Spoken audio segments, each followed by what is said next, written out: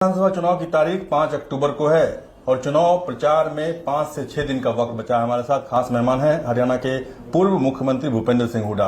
भूपेंद्र सिंह हुड्डा जी कितने आश्वस्त हैं? चुनाव प्रचार को काफी दिन हो गया, चुनाव प्रचार में काफी कम दिन बचा हुआ है, कितने आश्वस्त हैं? देखो, जिस हिसाब से जन समर्थन मिल रहा है उसके आधार पर मैं कह सकता हूँ हरियाणा के लोग मन बना चुके हैं।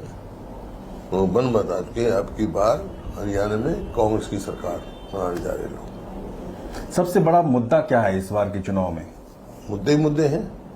बेरोजगारी है, महंगाई है, कानून व्यवस्था है, भ्रष्टाचार है। देख रहे हैं आप। और चुनौती सबसे ज्यादा क्या है हरियाणा के लिए? सरकार अगर आपकी बनती है तो आपकी सरकार के लिए सबसे बड़ी चुनौती क्या होने वाली है? बेरोजगारी है। को जैसे पहले रोजगार देने में नंबर 1 था हरियाणा, बेरोजगारी चुनौती है, कानून व्यवस्था चुनौती है।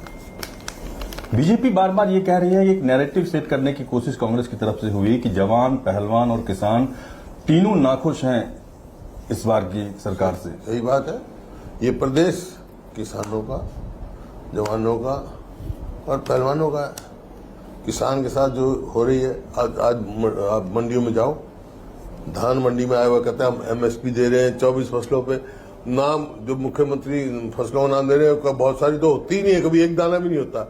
उस पर एमएसपी दे रहे, कहां से लाके देंगे? ये मंडी में जाओ, एमएसपी धान की 2300 रुपए है, 1800 1900 बेचने को मजबूर। आज ही जाना जहाँ पे धान आ रहा है जाके पूछ के आप भाई क्यों।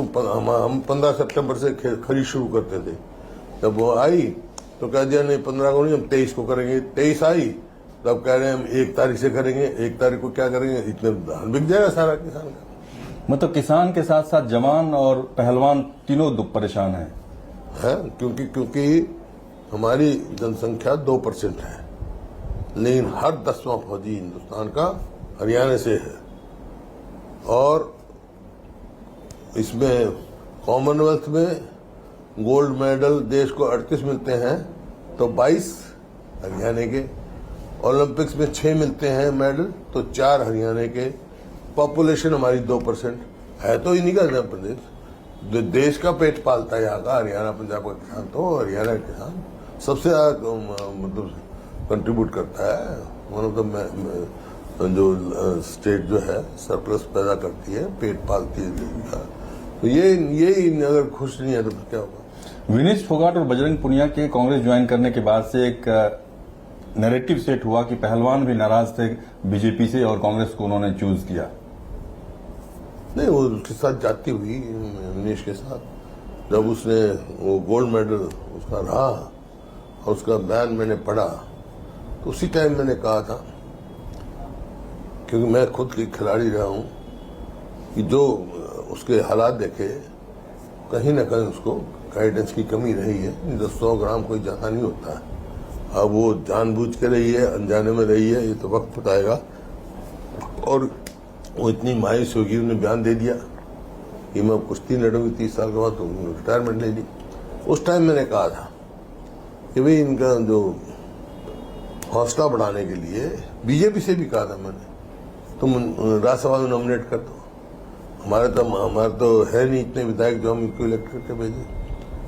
बीजेपी ने कहा ही नहीं। अब फिर उसके बाद यहाँ आने के बाद राहुल जी को मिले बजरंग मुनिया और विनेश ने कहा, इन्हें कहा हमारे में से एक को टिकट मिलनी चाहिए विनेश को, तो टिकट दी गई।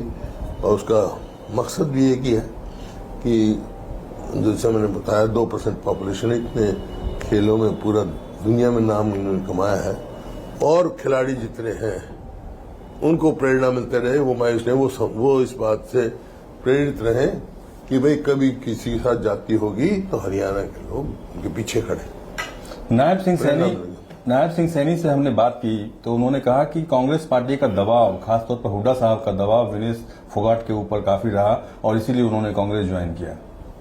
वो योगेश्वर दत्त से किसने टिकट दी थी? योगेश्वर दत्त को मैंने डीएसपी भर्ती किया था, बीजेपी ने टिकट दी बाई इलेक्शन में। संदीप सिंह को किसने टिकट दी? डीएसपी मैंने भर्ती किया था उनको, बीजेपी ने दी। बबीता फोगाट को किसने टिकट दी थी? बीजेपी ने दी थी।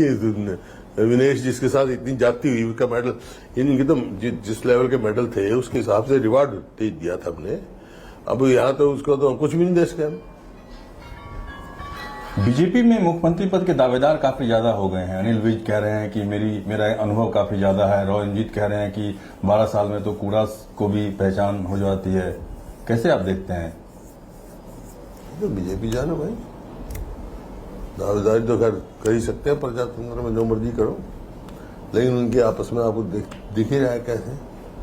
अब प्रधानमंत्री जी आते हैं, खट्टर साहब दिखाई नहीं देते हैं। जो इतने सीनियर मिनिस्टर हैं, इतने साल चीफ मिनिस्टर रहे, क्यों नहीं उनके स्टेज पे दिखाई देते हैं? 9.5 साल मुख्यमंत्री रहने के बाद खट्टर साहब को हटाया गया। आपको लगता है कि अभी भी लोगों में नाराजगी है खट्टर साहब के प्रति? नहीं, मैं व्यक्तिगत बात नहीं करता, लेकिन बात यह है, ये समझते हैं टीन कम से कम मुझे चेहरे बदल, ये चेहरे बदलते रहेंगे, लोगों ने इनको ही बदलने का फैसला कर लिया, क्या करेंगे, बदलते रहे।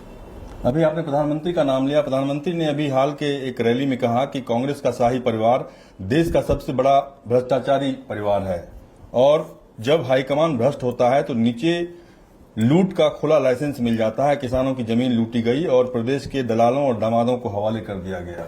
ऐसा है, ये बड़ा वैसा ध्यान है। मैं दावे के साथ कैसा असेंबली में क्या है। हरियाणा विधानसभा चुनाव की तारीख 5 अक्टूबर को है और चुनाव प्रचार में 5 से 6 दिन का वक्त बचा है। हमारे साथ खास मेहमान हैं हरियाणा के पूर्व मुख्यमंत्री भूपेंद्र सिंह हुड्डा। भूपेंद्र सिंह हुड्डा जी, कितने आश्वस्त हैं? चुनाव प्रचार को काफी दिन हो गया, चुनाव प्रचार में काफी कम दिन बचा हुआ है, कितने आश्वस्त हैं? देखो, जिस हिसाब से जन समर्थन मिल रहा है उसके आधार पर मैं कह सकता हूँ हरियाणा के लोग मन बना चुके हैं।